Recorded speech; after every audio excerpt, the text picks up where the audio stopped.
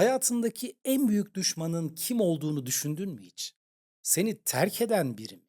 Sana zarar veren ya da yıllarca seni küçümseyen, yok sayan biri mi? Peki ya o düşman dışarıda bir yerlerde değil de çok daha yakınlardaysa? O düşman sen olabilir misin acaba? Daha doğrusu kendi elinle yıktığın, yok ettiğin şeyler senin en büyük düşmanın olabilir mi? Ben Mustafa Çay. Bugün iyi giden şeyleri neden mahvettiğimizi konuşacağız. Bizi seven insanları neden uzaklaştırdığımızı ve içimizdeki o sessiz, görünmez sabotajcının kim olduğunu konuşacağız. Hazırsanız başlayalım. Herkes narsisti tanımlamaya çalışıyor. Herkes ondan kaçmanın yollarını arıyor. Ama bizim bugünkü odaklandığımız şey çok farklı olacak. Daha derin, daha sessiz ve çoğu zaman çok daha yıkıcı. Narsisistik ilişkiden geçmiş, toksik dinamiklerle büyümüş ya da hayatının önemli bir dönemini güvensizlik içinde geçirmiş insanların başına gelen bir gerçek vardır. O insanlar giderler ama içinizde bir şeyler kalır. Ve o kalan şey sizin yeni ve güzel giden ilişkilerinizi de tüketmeye devam eder. Biz bugün bu mekanizmayı konuşacağız. Adını koyacağız ve belki de sadece onunla ne yapacağımıza dair bir kapı aralayacağız. Sabotaj kelimesi ilginç bir geçmişe sahip. Fransızca sabote fiilinden geliyor. Kökeninde ise sabot var. Tahta ayakkabı anlamına gelen bu kelime sanayileşme döneminde işçilerin makinaları bozmak için mekanizmaların içine tahta ayakkabı fırlattığı eylemlere atıfta dilimize yerleşmiş. Düşünün, bir makineyi durdurmak için içine bir şey atıyorsunuz. Ve psikolojik sabotaj tam olarak bu işte. Sizin için çalışan, size iyi davranan, besleyen bir sistemi, bir ilişkiyi, mutluluğu, geleceği kendi içinizde korku mekanizmalarıyla durdurmak. Ama bu kez tahta ayakkabıyı bir başkası değil, siz fırlatıyorsunuz. Hem de kendi ellerinizle. Ve çoğu zaman da bunu fark etmiyorsunuz bile. Ve bu sadece bir davranış değil. Bu yıllarca öğrenilmiş bir hayatta kalma stratejisinin artık hayatta kalmanıza gerek kalmadığında bile çalışmaya devam etmesi. Psikanaliz tarihine girersek Freud'un geçmişi tekrarlama kompülsiyonu kavramıyla karşılaşırız. Freud şunu fark etti. İnsanlar acı veren deneyimleri bilinç dışı olarak tekrar tekrar yaratırlar. Sanki o deneyimi bir kez daha yaşayarak bu sefer farklı bir sonuç elde etmeye çalışıyor gibidirler. Sonraki 10 yıllarda John Bowlby bağlanma teorisini geliştirdi ve şunu ortaya koydu. Çocukluk döneminde bakım verenlerle kurulan ilişkinin kalitesi yetişkinlikte tüm yakın ilişkilerin şablonunu belirliyor. Güvensiz bağlanan bir çocuk yetişkin olduğunda sevgiyi tanıyor ama ona güvenemiyor. Daha yakın tarihte ise nörobilim devreye girdi. Beynin nasıl öğrendiğini, nöral yolların nasıl şekillendiğini gördüğümüzde şu netleşti. Travma sadece bir anı değil, travma sinir sisteminin yeniden yazılması. Peki tüm bunlar bize neyi söylüyor? İyi ilişkileri sabote eden insanlar kötü insanlar değil, yanlış öğretilmiş insan. Tıpta otoimmün hastalıklar diye bir kategori var. Vücudun bağışıklık sistemi bir noktada yanlış alarm verir ve kendi sağlıklı dokularına saldırmaya başlar. Düşmanı yok etmek isterken kendini yok eder. Ruhsal travmanın en az konuşulan boyutlarından biri tam da budur işte. Duygusal otoimmünite.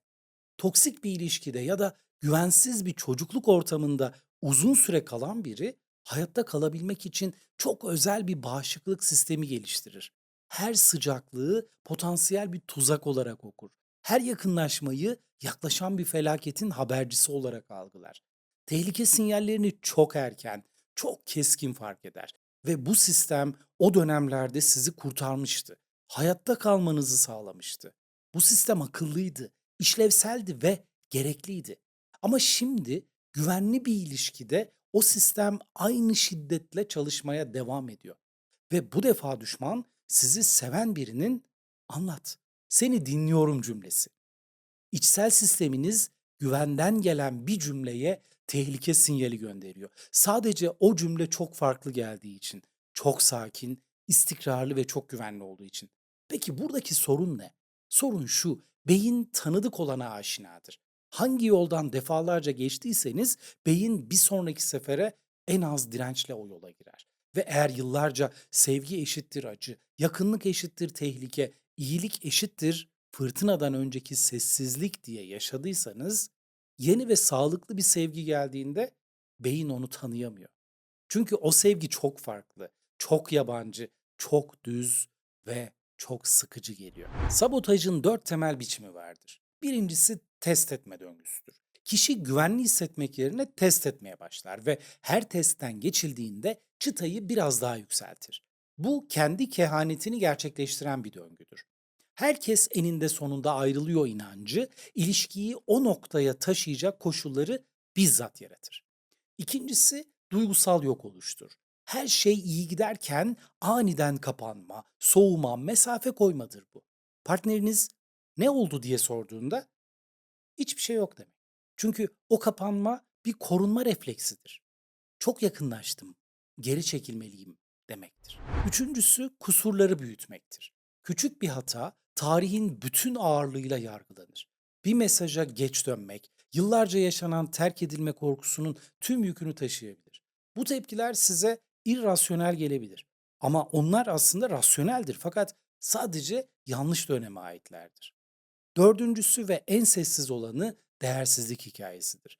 İçinizde çok derinlerde ben buna layık değilim diyen bir ses var. Bu ses sizi yıllarca küçümseyen birinin sesi olabilir. Ve biri size sen değerlisin dediğinde o ses güçlenir. Gerçeği öğrenirse gidecek. O beni bırakmadan önce ben onu bırakmalıyım der. Ve bırakır çoğu kişi. Ya da kavga çıkarır ve uzaklaşır. Peki tüm bunların farkındaysak neden bir şeyleri değiştirmek bu kadar zor? Narsisistik ilişkilerin bıraktığı en büyük hasar fiziksel değildir. Fiziksel izler görünür, tedavi edilebilir ama narsist ya da toksik bir ilişkinin bıraktığı şey ruhunuza kazınmış bir inanç sistemidir. Sevgi koşulludur, iyilik ceza getirir, yakınlık beni savunmasız kılar, güvendiğimde zarar görürüm gibi. Ve bu inançlar artık o kişiye ait değil. Onları içselleştirdiniz. Bunlar artık tamamen size ait. Görüldüğü gibi sorun geçmişte yaşananlar değil, sorun o şeylerin içinizde ne hale geldiği. Bunu şöyle hayal edin. Yıllarca engebeli, taşlı, çukur dolu bir yolda araç kullandınız. Direksiyon titriyor, her virajda tutunuyorsunuz ama araba bir şekilde gidiyor. Siz bu yolda gitmeyi öğrendiniz. Sonra birisi sizi otoyola çıkarıyor. Düz, pürüzsüz, geniş bir otoyol. Ve siz bir rahatsızlık, bir tuhaflık hissediyorsunuz. Bu kadar akıcı bir yol olamaz. Bir problem mi var ileride diye düşünüyorsunuz. Ve kendi elinizle bir engel çıkarıyorsunuz. Çünkü engebeli yol sizin normalinizdi ve bu size tuhaf gelmeye başladı. Size pratik, hızlı ve acımasız bir çözüm sunabileceğimi pek sanmıyorum. Bu bir motivasyon konuşması değil. Ama bir yolu var. Ve o yol 3 adımdan geçiyor. Birinci olarak tepkinin sahibini doğru tespit edin. Bir dahaki kavganızda şunu sorun kendinize. Bu tepki şu an karşımda duran kişiye mi ait yoksa artık burada olmayan birine mi? Buna somatik farkındalık diyoruz. Kalbiniz hızlandığında, mideniz kasıldığında, boğazınızda bir düğüm oluştuğunda durun. Bu sinyal nereden geliyor diye sorun. Çoğu zaman o sinyal bugünden değil, yıllar öncesinden geliyordur. İkinci olarak istikrara saygı duymayı öğrenin. Toksik ilişkilerde drama bağlanmanın dilidir. Kavga birbirinin var olduğunu ispatlama biçimidir. Bu döngü adrenaline dayalı bir bağlılık yaratır ve o adrenalin olmadığında ilişki cansız hissettirir. Ama güvenli sevginin görünürlüğü düşük, kalitesi yüksektir. Dramatik değil ama sizi sürdürülebilir biçimde ısıtır. Güvenli sevgi de böyledir işte. Ve üçüncü olarak sevilmeye izin verin. Büyük bir güvenlik açığını bir anda kapatmak zorunda değilsiniz. Ama küçük anlarda kalın. Size sevgi dolu samimi bir mesaj geldiğinde o mesajı gerçekten hissedin. Size dair bir detayı fark ettiğinde o küçük anı geçiştirmeyin. Duygusal güvenlik duvarını bir anda yıkmayın. Sadece küçük pencereler açın ve o pencerelerden giren temiz hava zamanla odanın havasını değiştirsin. Uzun süre toksik ya da narsist biriyle birlikte olan insanların pusulası bozulabiliyor. Kuzey artık yanlış yönü gösteriyor. İyi ilişki budur diye öğrenilen şey aslında bir istismar döngüsü oluyor. Sevgi böyle hissettirir diye sanılan şey aslında kaygı ve beklenti arasındaki bir sallanmadan ibaret hale geliyor. Ve güvenle bağlanabileceğiniz biriyle karşılaştığınızda o pusula dönüyor. Ama yanlış yöne. Çözüm pusulaya atmak değil. Çözüm onu yeniden kalibre etmek. Bu kalibrasyon bazen terapiyle olur. Bazen bilinçli biriyle yavaş yavaş güveni inşa ederken olur. Bazen de yalnız, sessiz anlarda kendinizle yüzleşirken. Ama her zaman şu soruyla başlar. Ben buna layık mıyım?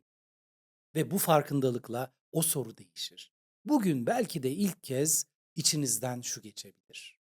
Neden olmasın?